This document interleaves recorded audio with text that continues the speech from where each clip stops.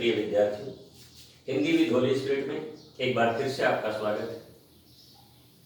आशा करता हूँ आप सब स्टे होम स्टे सेफ के नियमों का पालन कर रहे होंगे।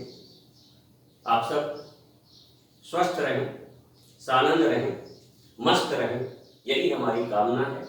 पर मस्त रहने के साथ साथ व्यस्त रहें, क्योंकि आज जिन परिस्थितियों में जिस दौर से हम गुजर रहे हैं वह टेंशन भरा है, तनाव भरा दौर है, और इसके लिए जरूरी है कि हम कुछ ऐसा करें कि हम तनाव से दूर रहें।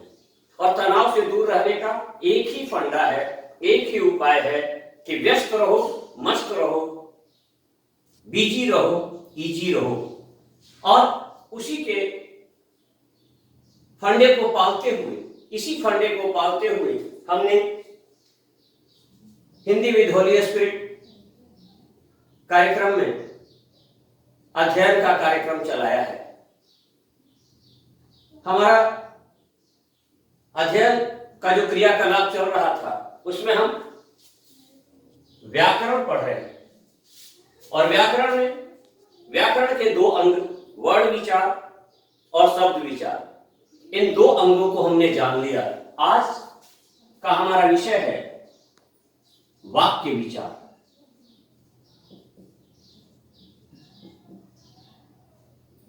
जैसा कि मैंने आपको बताया था कि वर्ण भाषा की सबसे लघुतम इकाई है, और शब्द अर्थ की दृष्टि से भाषा की सबसे लघुतम इकाई है, और वाक्य भाव की दृष्टि से, वाक्य क्या है? भाव की दृष्टि से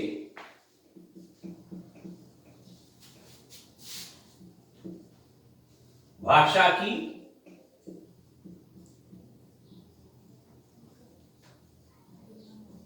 लघुतम इकाई है। और यूं वाक्य क्या है? भाषा की बृहत्तम इकाई। सबसे बड़ी इकाई कौन सी है? वाक्य। और सबसे छोटी इकाई वर्ण। लेकिन भाव की दृष्टि से हम देखते हैं तो यह भाषा की सबसे छोटी इकाई है। अब सवाल आएगा, एक सवाल आपके मन में आ रहा होगा कि अगर भाव की दृष्टि से शब्द भाषा की लघुतम इकाई है तो भाव की दृष्टि से भाषा की बृहत्तम इकाई कौन सी होगी? तो उस दृष्टि से भी, भाव की दृष्टि से, जहां वाक्य भाषा की लघुतम इकाई है, वहीं भाव की दृष्टि से वह भाषा की बृहत्तम इकाई भी है।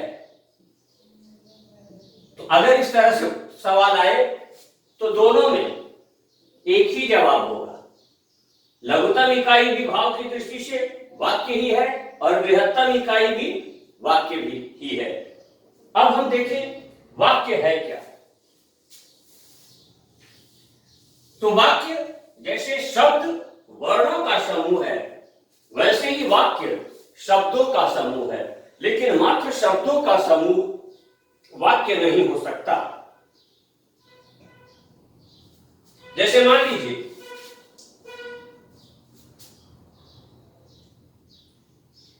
आपके पास अगर बहुवैकल्पिक प्रश्न आते हो, मल्टीपल चॉइस वाले क्वेश्चन आते हो, और उसमें 4 सवाल, 4 ऑप्शन दिए गए हो, 4 विकल्प दिए गए हो।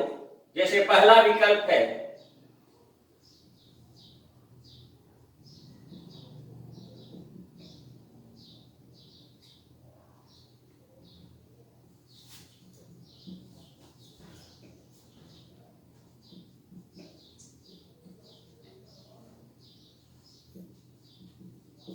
सार्थक शब्दों का समूह। वाक्य क्या है? सार्थक शब्दों का समूह। दूसरा विकल्प है आपके सामने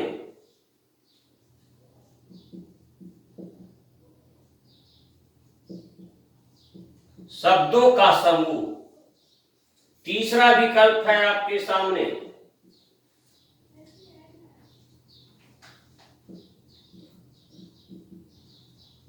शब्दों का सार्थक समूह, और चौथा विकल्प है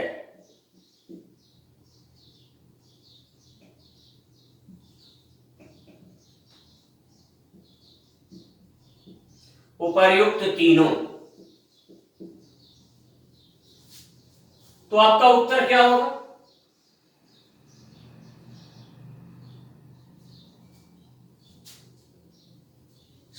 सार्थक शब्दों का समूह या शब्दों का समूह या शब्दों का सार्थक समूह या उपर्युक्त तीनों।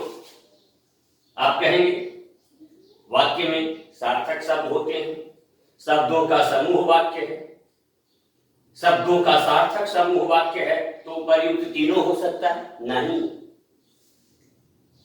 इसका एकमात्र उत्तर होगा तीसरा, शब्दों का सार्थक समूह। सार्थक शब्दों का समूह जैसे राम, आम, खाना, कर्ता भी है, कर्म भी है, क्रिया भी है, लेकिन ये वाक्य नहीं है। लेकिन अच्छा, शब्दों का समूह राम, घर, खरखर, फरफर, ये भी वाक्य नहीं होगा। पर शब्दों का सार्थक समूह यानी राम घर जाता है, अब ये वाक्य हो गया। क्योंकि वाक्य वो है जिसमें वक्ता की बात, वक्ता का कथन श्रोता पर स्पष्ट हो जाए। मैंने जो कहा वह अगर आप तक स्पष्ट हो गया तो वह वाक्य की श्रेणी में आएगा। तो ये भाव को संप्रेषित करने का जो साधन है वही वाक्य है। और भाव संप्रेषण के साधन के रूप में मैंने बताया था आपको कि भाषा की लघुतम इकाई भी वाक्य है और भाषा की बृहत्तम इकाई भी वाक्य है। तो इसकी परिभाषा शॉर्टकट में तो हम इस तरह से दे सकते हैं कि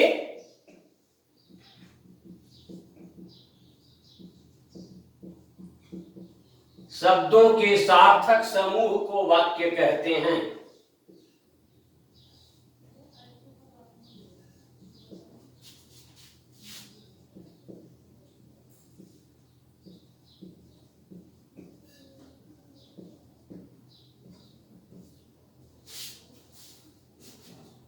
शब्दों का सार्थक समूह यानी शब्दों का वह समूह जिससे अर्थ स्पष्ट हो जाए उसको वाक्य कहते हैं। अब इसको एक दूसरे तरीके से भी परिभाषा को ले सकते हैं हम।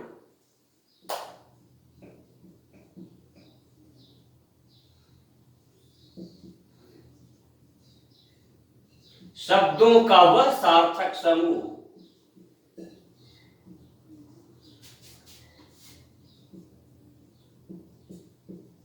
जिसके द्वारा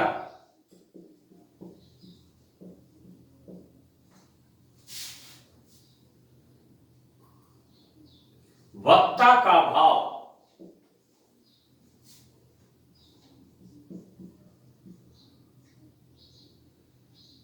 श्रोता तक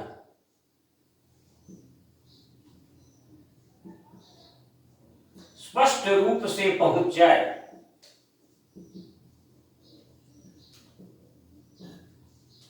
उसे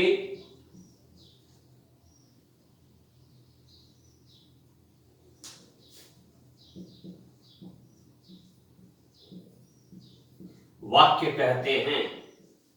जैसे राम आम खाता है, मोहन घर जाता है, दशरथ राम के पिता थे, कौशल्या राम की माता थी, दशरथ की राजधानी अयोध्या थी।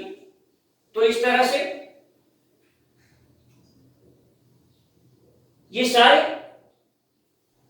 जो कथन मेरे द्वारा अभी कहे गए, ये सब वक्ता के कथन को श्रोता तक स्पष्ट करते हैं। तो इसलिए ये सारे क्या क्या होंगे? वाक्य होंगे। जैसे हम ले सीता रसोई बनाती है, या सीता रसोई घर में भोजन बनाती है।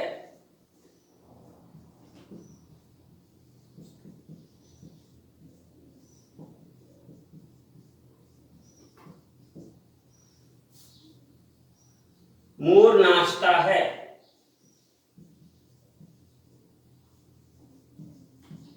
तो ये सब क्या हुए? वाक्य हैं, क्योंकि वक्ता का कथन श्रोता तक स्पष्ट हो रहा है। तो आप समझ गए वाक्य की परिभाषा क्या है? कि शब्दों के सार्थक समूह को वाक्य कहते हैं, या दूसरे शब्दों में शब्दों का वह सार्थक समूह जिसके द्वारा वक्ता का भाव श्रोता तक स्पष्ट रूप से पहुंच जाए, उसे वाक्य कहते हैं। तो स्पष्ट है। अब हम आगे बढ़ते हैं। जैसे वर्ण के भेद, शब्द के भेद किए हमने, वैसे ही अब वाक्य के भेद जानेंगे। और जैसे हमने देखा कि शब्दों के वर्गीकरण के कुछ आधार थे, 4 आधारों पर शब्दों का वर्गीकरण किया गया, वैसे ही वाक्य का वर्गीकरण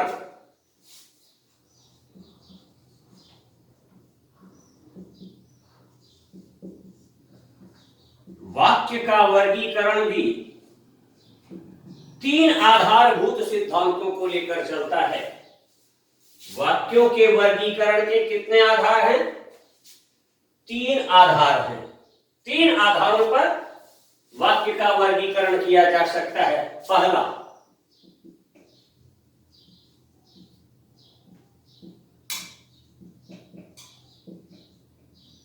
अर्थ के आधार पर। दूसरा,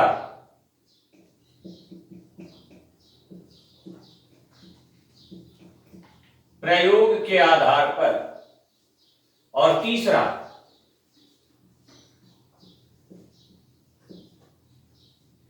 क्रिया के आधार पर। तो वाक्यों के वर्गीकरण के ये 3 आधारभूत तरीके हैं। इन 3 आधारों पर वाक्यों का वर्गीकरण किया जा सकता है। वाक्यों के भेद इन 3 आधारों पर हम बता सकते हैं। अब इसमें अर्थ के आधार पर वाक्य के 8 भेद हैं।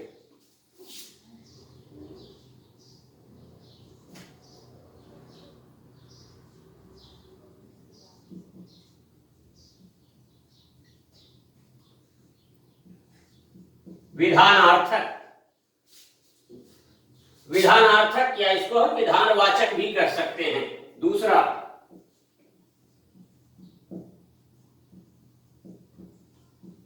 निषेधार्थक। तीसरा, प्रश्नार्थक। निषेधवाचक, प्रश्नवाचक। चौथा, इच्छार्थक, इच्छावाचक भी कह सकते हैं इसको हम,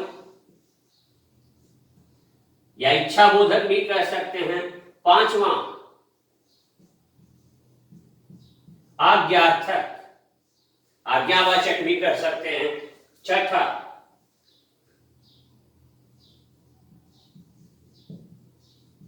संदेहार्थक, संदेहवाचक भी कर सकते हैं। सातवां, संकेतार्थक। और आठवां,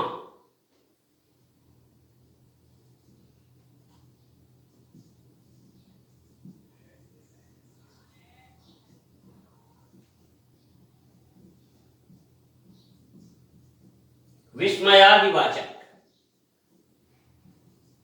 या विस्मयार्थक। तो इसको हम विस्मयार्थक रूप भी दे सकते हैं। जब सब जगह अर्थक अर्थक लिया है तो विस्मयार्थक या विस्मयादिबोधक या विस्मयादिवाचक। किए गए हैं वाक्य के अर्थ के आधार पर। अब प्रयोग के आधार पर, प्रयोग के आधार पर वाक्य के 3 भेद किए गए हैं। साधारण या सरल वाक्य, हम इसे साधारण वाक्य भी कहते हैं और सरल वाक्य भी कहते हैं, जिसको आप अंग्रेजी में सिंपल सेंटेंस कहते हैं। दूसरा, संयुक्त वाक्य, जिसको आप अंग्रेजी में कॉम्प्लेक्स सेंटेंस कहते हैं। और तीसरा, जिसको आप अंग्रेजी में कंपाउंड सेंटेंस कहते हैं। और तीसरा, मिश्र या मिश्रित वाक्य, जो अंग्रेजी में कॉम्प्लेक्स सेंटेंस कहलाता है। तो ये 3 प्रकार के वाक्य प्रयोग के आधार पर होते हैं, और क्रिया के आधार पर जो वाक्य का रूप होता है उसका एक नाम वाच्य है। क्योंकि वाच्य में क्रिया की ही प्रधानता होती है। क्रिया कर्म के कर्ता के आधार पर होगी, या कर्म के आधार पर होगी, या भाव के आधार पर होगी। तो यहां पर भी क्रिया के आधार पर वाक्य के 3 भेद किए गए हैं। पहला, कर्तृवाच्य। दूसरा, कर्मवाच्य। और तीसरा,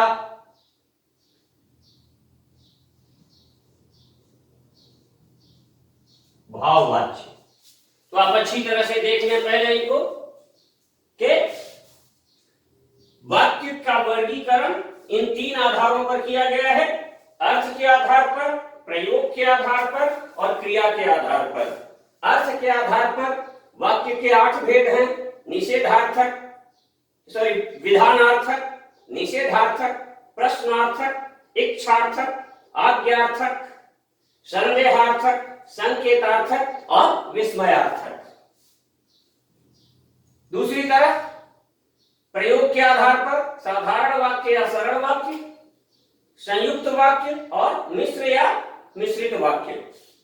तीसरे आधार पर, क्रिया के आधार पर, कर्तृवाच्य, कर्मवाच्य और भाववाच्य।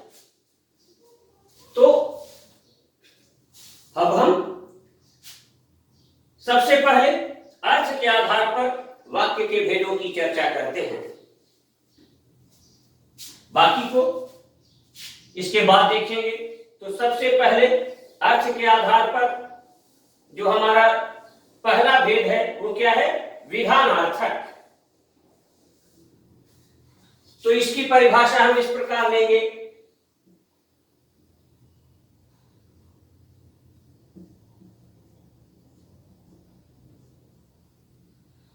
जिस वाक्य में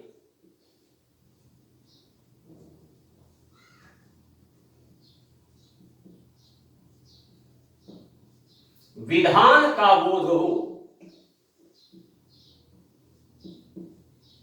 उसे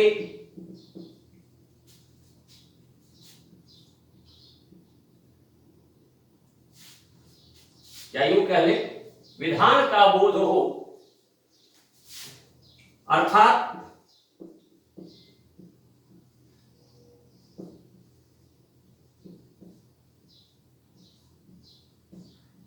किसी क्रिया के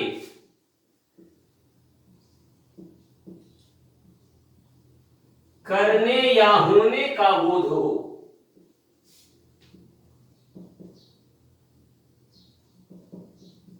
किसी क्रिया के करने या होने का बोध हो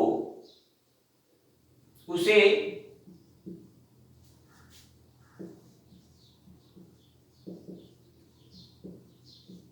विधानार्थक वाक्य कहते हैं। उसे विधानार्थक वाक्य कहते हैं। विधान, विधान यानी कार्य, जो विधि दी जाती है, व्यवस्था दी जाती है ना, कहते हैं विधि का विधान। तो विधि का विधान भी एक निश्चित कार्य से चल रहा है, एक निश्चित तरीके से चल रहा है, जिसको आप अंग्रेजी में बोलते हैं अफर्मेटिव सेंटेंस। ये वही अफर्मेटिव सेंटेंस है। तो जैसे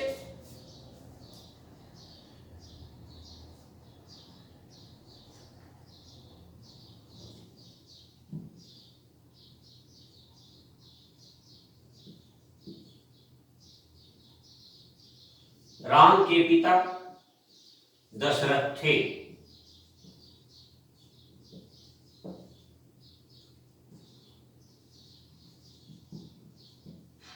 दशरथ अयोध्या के राजा थे। पहला उदाहरण, ये दूसरा उदाहरण, तीसरा उदाहरण, राम ने रावण को मारा। तो आप देख रहे हैं, एक और उदाहरण ले लें।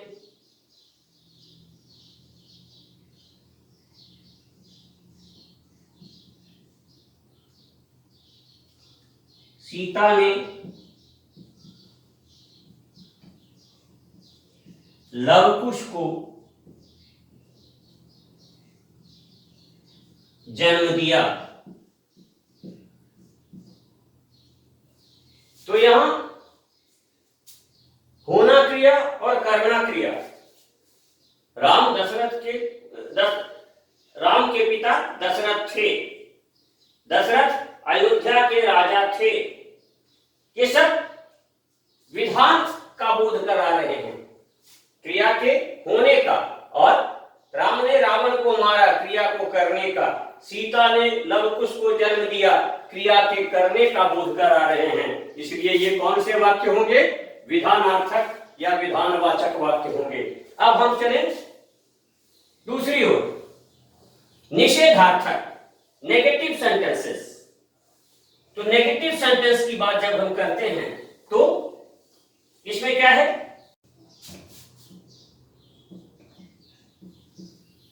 जिस वाक्य में या जिस वाक्य से क्रिया के निषेध का बोध हो,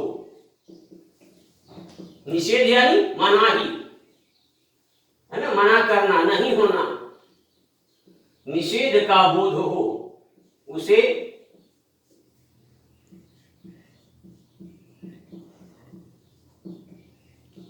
निषेधार्थक वाक्य कहते हैं। उसे क्या कहते हैं? निषेधार्थक वाक्य कहते हैं। जैसे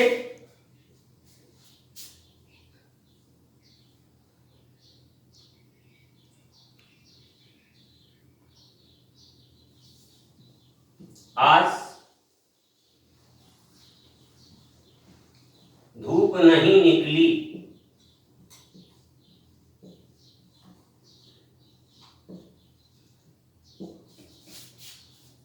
क्रिया नहीं हुई, धूप निकलने की क्रिया नहीं हुई। वह नहीं आया।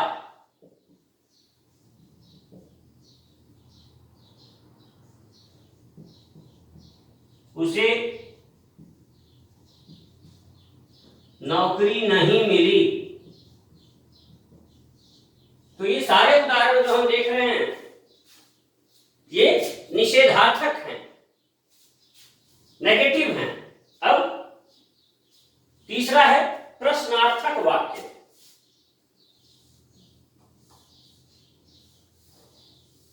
इसमें क्या है?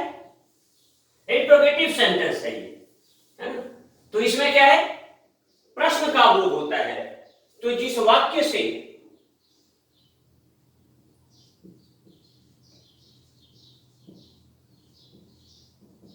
प्रश्न का बोध हो उसे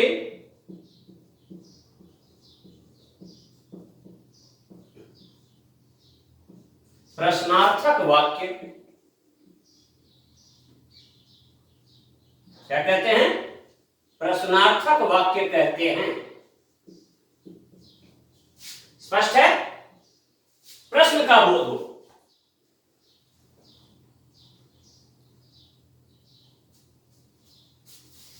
तुम क्या कर रहे हो?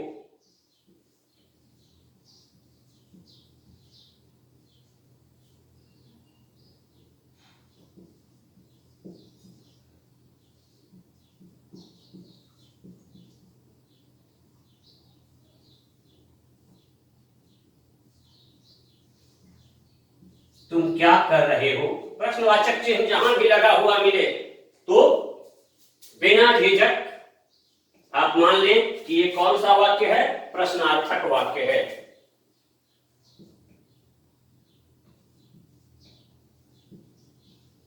तुमने पढ़ाई कर ली। जरूरी नहीं है कि क्या, क्यों, इसकी कोई जरूरत नहीं है। जिस वाक्य से यह बोध हो रहा हो कि प्रश्न पूछा जा रहा है तो वो प्रश्नार्थक वाक्य में आ जाएगा। तुमने पढ़ाई पूरी कर ली, पढ़ाई कर ली।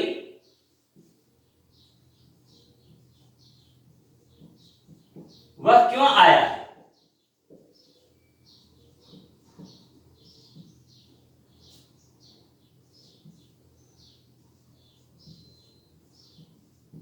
राम ने किसे मारा? तो जहां भी जिस वाक्य से भी प्रश्न का बोध हो उसे हम क्या कहेंगे? प्रश्नार्थक वाक्य कहेंगे। अब इच्छार्थक वाक्य, इच्छा यानी कामना। यहां पर क्या है? जिस वाक्य से किसी इच्छा का बोध हो। हम अक्सर अपनी इच्छा प्रकट करते हैं। हम में से हर कोई चाहता है कि लक्ष्मी मैया वर दे, मुझ कभी कोई सी वरस्तु वरपति कर दे। तो ये इच्छा है। जरूरी नहीं है कि इच्छा पूरी हो, है ना? बड़ी बड़ी कामनाएं हम करते हैं। किसी को दुआ देते हैं, किसी को आशीर्वाद देते हैं, किसी को बददुआ भी देते हैं। तो किसी को शाप भी देते हैं। तो ये सारी स्थितियां जो हैं वो इच्छार्थक वाक्य के अंतर्गत आएगी। जिस वाक्य से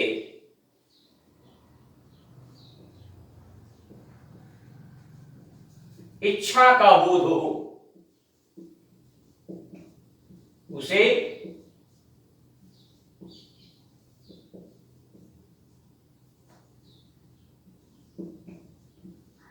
इच्छार्थक वाक्य कहते हैं।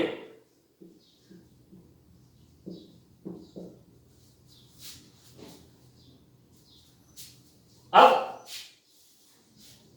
इसमें आप अक्सर आजकल महाभारत सीरियल देख रहे हैं और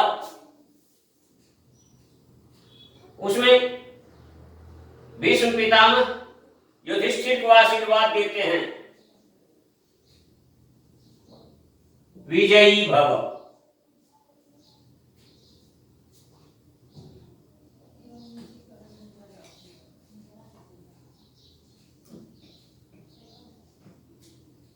ऐसे ही हम देखें, आपका दिन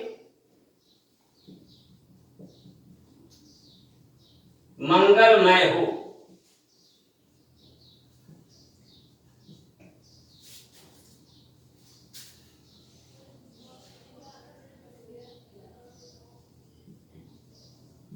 ईश्वर आपका भला करें।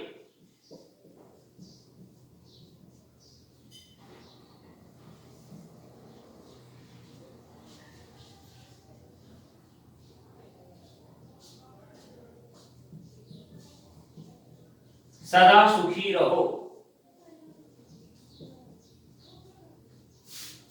तो बद्दुआ या शाप के रूप में भी देख सकते हैं हम इसको। जैसे तुम्हारा सत्यानाश हो, उसे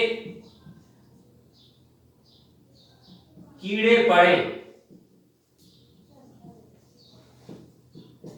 तो इन सब वाक्यों में हमने देखा कि इच्छा का बोध हो रहा है। इच्छा जरूरी नहीं है कि पूरी हो, पर कामना तो की ही जा सकती है ना। अब आज्ञार्थक वाक्य,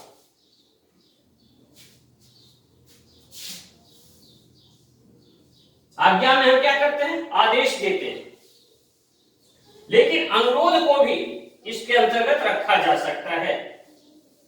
सिर्फ आदेश ही नहीं, अनुरोध भी आदेश का ही एक सुसंस्कृत रूप है। जब हम अपने बड़ों से बात करते हैं, किसी सम्मानित व्यक्ति से बात करते हैं, तो उन्हें भी वही करने के लिए कहते हैं जो हम किसी छोटे से कहते हैं, लेकिन उनसे हम थोड़ा तहजीब से बात करते हैं, इज्जत से बात करते हैं, सम्मान करते हुए बात करते हैं, तो हम अनुरोध करते हैं उनसे। आग्रह भी किया जाता है। आग्रह और अनुरोध में फर्क है। अनुरोध में हम सीधे सीधे विनीत होकर के किसी बात की मांग करते हैं, किसी चीज, किसी समस्या की पूर्ति के लिए मांग करते हैं। लेकिन आग्रह में जहां प्रार्थना है, विनय है, वहीं एक दबाव भी है कि आपको मेरा काम करना ही पड़ेगा। तो यहां जिस वाक्य से आदेश अथवा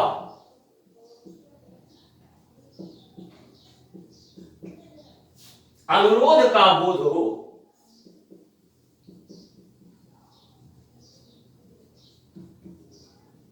उसे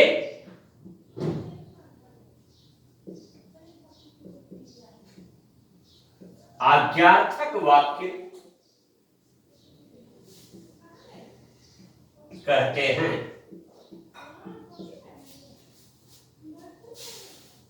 जैसे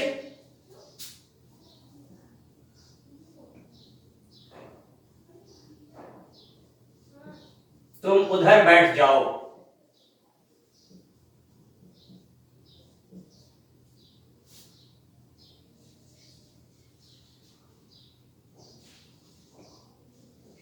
तुम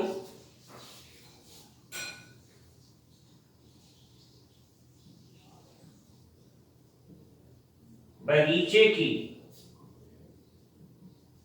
सफाई करो,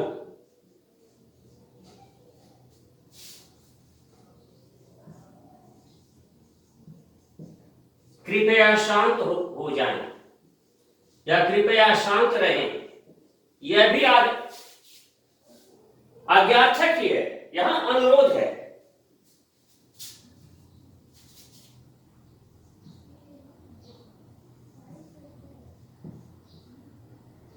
धीरे बोलो,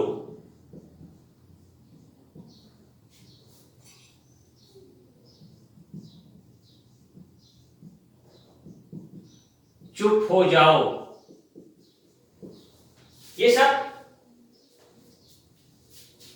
आदेशार्थक यानी आज्ञार्थक वाक्य के प्रकार हैं, उसके उदाहरण हैं।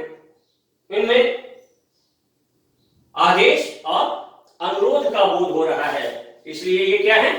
आज्ञार्थक वाक्य हैं। संदेहार्थक वाक्य,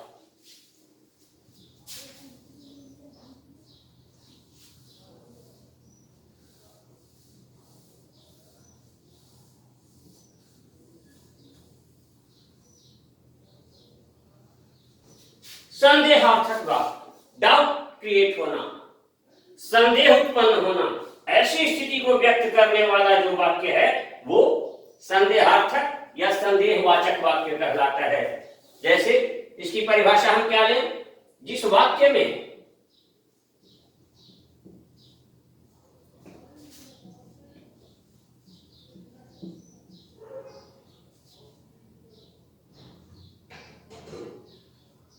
किसी क्रिया के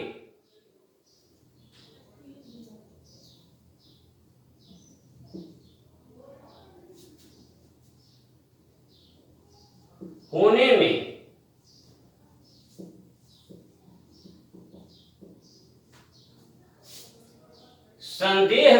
किया जाए, जिस वाक्य में किसी क्रिया के होने में संदेह व्यक्त किया जाए उसे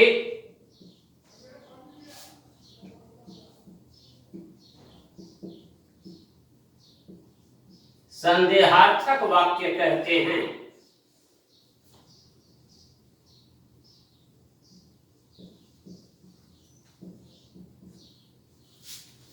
संदेह है कि ये कार्य होगा या नहीं, तो ऐसी परिस्थिति में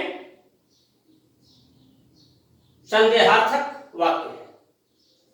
शायद लॉकडाउन और आगे बढ़े, संदेह है शायद 17 मई के बाद लॉकडाउन नहीं खुले, क्योंकि एक बार नहीं तीसरी बार बढ़ चुका है लॉकडाउन, तो हम और रोज नए नए मरीज आ ही रहे हैं, तो हमारे मन में ये संदेह उत्पन्न हो सकता है। तो ऐसी परिस्थिति में जहां पर शायद आदि शब्द लग जाए, कार्य के होने में संदेह व्यक्त किया जाए, तो वहां पर संदेहार्थक वाक्य होगा। जैसे शायद वह कल लौटे,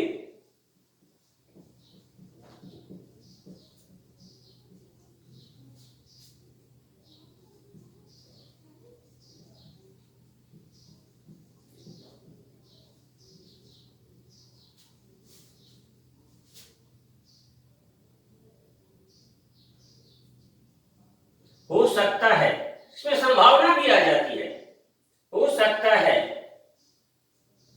आज बारिश हो, इसको हम यूं भी कह सकते हैं शायद आज बारिश हो।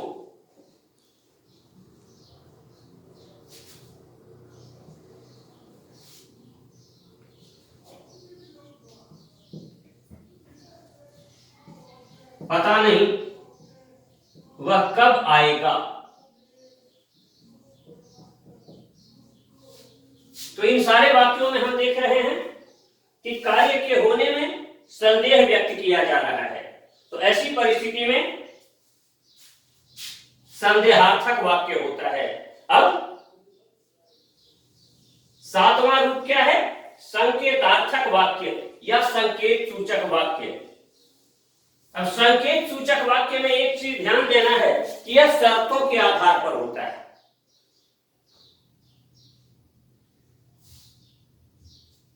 हिंदी व्याकरण में भूतकाल और संकेत जो होगा, शर्त जो भी होगी, वो या तो भूतकाल के अंदर आएगा या फिर भविष्यत काल में। भूतकाल और भविष्यत काल अंग्रेजी में तो तीनों tense, present, past, present and future, तीनों टेंस में चार चार भेद हैं। प्रेजेंट इंडेफिनिट या सिंपल प्रेजेंट, प्रेजेंट कंटिन्यूअस,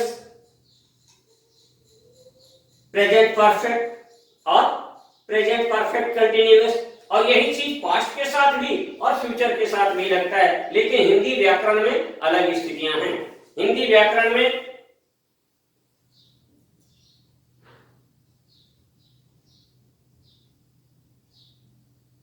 पूर्ण अपूर्ण, परफेक्ट कंटिन्यूअस का मतलब क्या हुआ? पूर्ण अपूर्ण, ये हिंदी व्याकरण में नहीं है।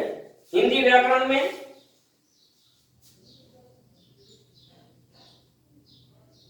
पास्ट टेंस में यानी भूतकाल में और भविष्यत काल में एक भेद है। हेतु हेतु मदभूत, यानी एक कंडीशनल सेंटेंस है एक तरह से। इसमें एक कंडीशन होता है, एक शर्त होती है कि अगर ऐसा होता तो वैसा होता। तो इसका हम देखें, इसकी परिभाषा देखें।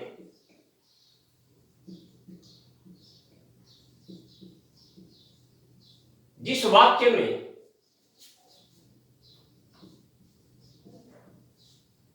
किसी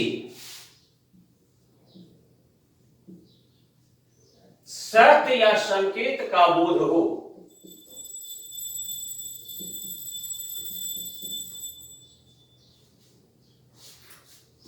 या यूं कहें इसको, किसी शर्त के साथ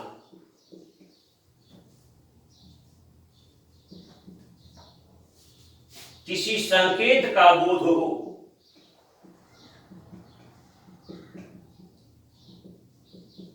उसे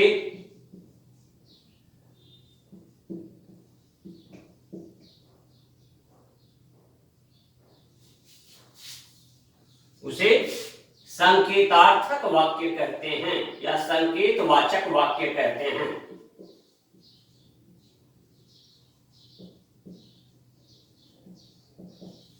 कुछ लोग संकेतार्थक वाक्य में कह देते हैं उसका घर उस तरफ है या नदी के पार उसका घर है, तो ये तो संबंधवाचक अव्यय हो गया। वहां पर संकेत नहीं है, संकेतार्थक वाक्य नहीं है। संकेतार्थक वाक्य में कुछ अलग स्थिति बनती है। यहां पर क्या है, शर्त के साथ यदि मेरे पास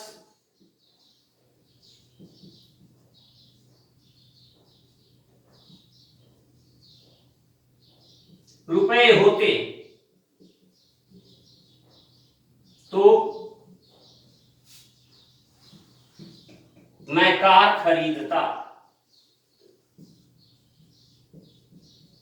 मैंने कार नहीं खरीदी, हेतु हेतु मत भूत की बात है, हेतु हेतु मत भविष्य की बात है। यदि मेरे पास रुपये होते, माफ कीजिएगा, हेतु हेतु मत भूत की बात है, हेतु हेतु मत भविष्य भी होती है। तो यदि मेरे पास रुपये होते तो मैं कार खरीदता। मैंने कार नहीं खरीदा। क्यों नहीं खरीदा? कि मेरे पास पैसे नहीं थे। तो इस कंडीशन के कारण यहां पर संकेतार्थक वाक्य है। 2, अगर तुमने ढंग से पढ़ाई की तो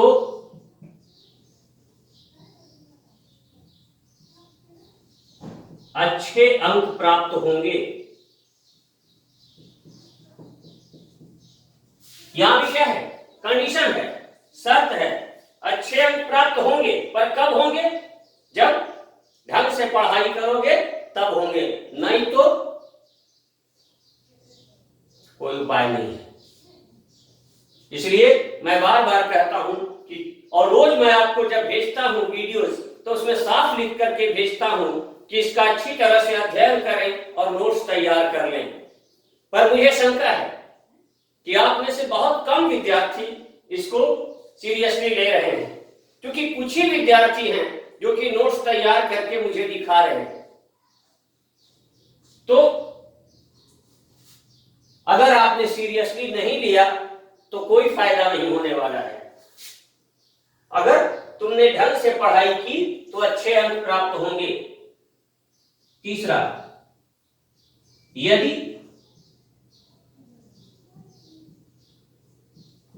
समय से बारिश हुई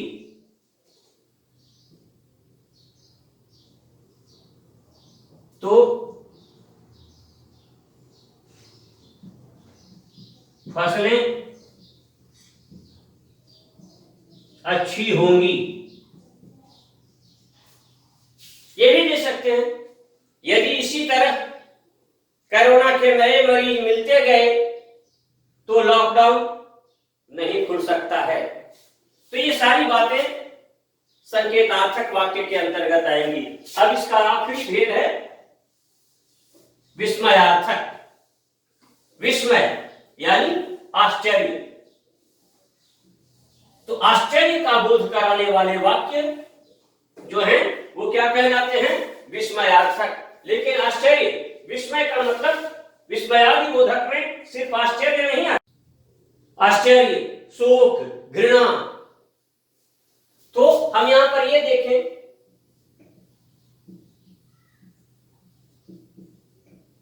जिस वाक्य से आश्चर्य, शोक, हर्ष, घृणा, क्रोध,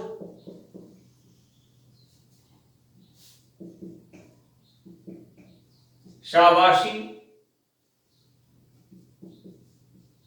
आदि का बोध हो,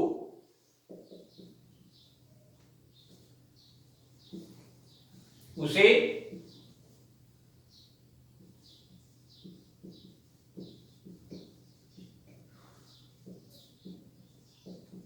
विस्मयार्थक वाक्य कहते हैं।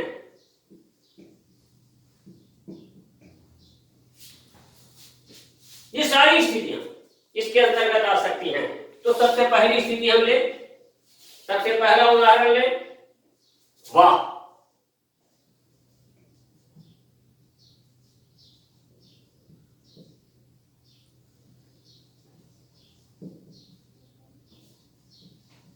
कितना सुंदर दृश्य है।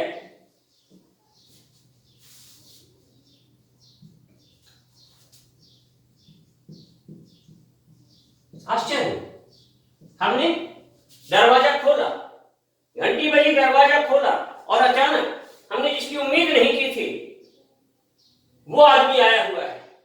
हमें बड़ी प्रसन्नता हुई। अरे यार,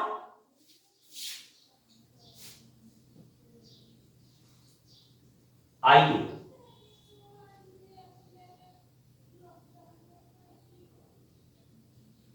या अरे यार,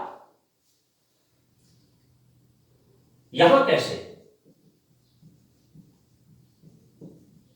तो यहां भी विस्मय है, आश्चर्य है।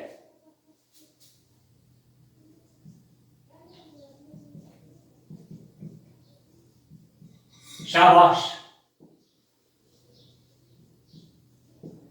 बहुत अच्छे।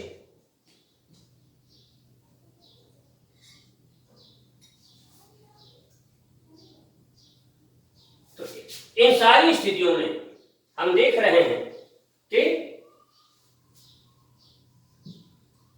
विस्मयादिबोधक स्थितियां बन रही हैं।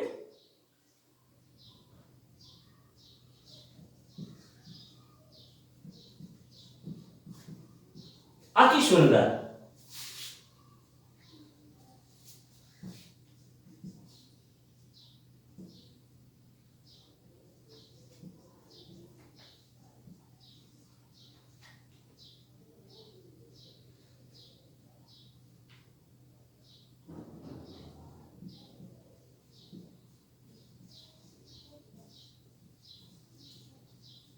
आहा, कैसा सुंदर घर है।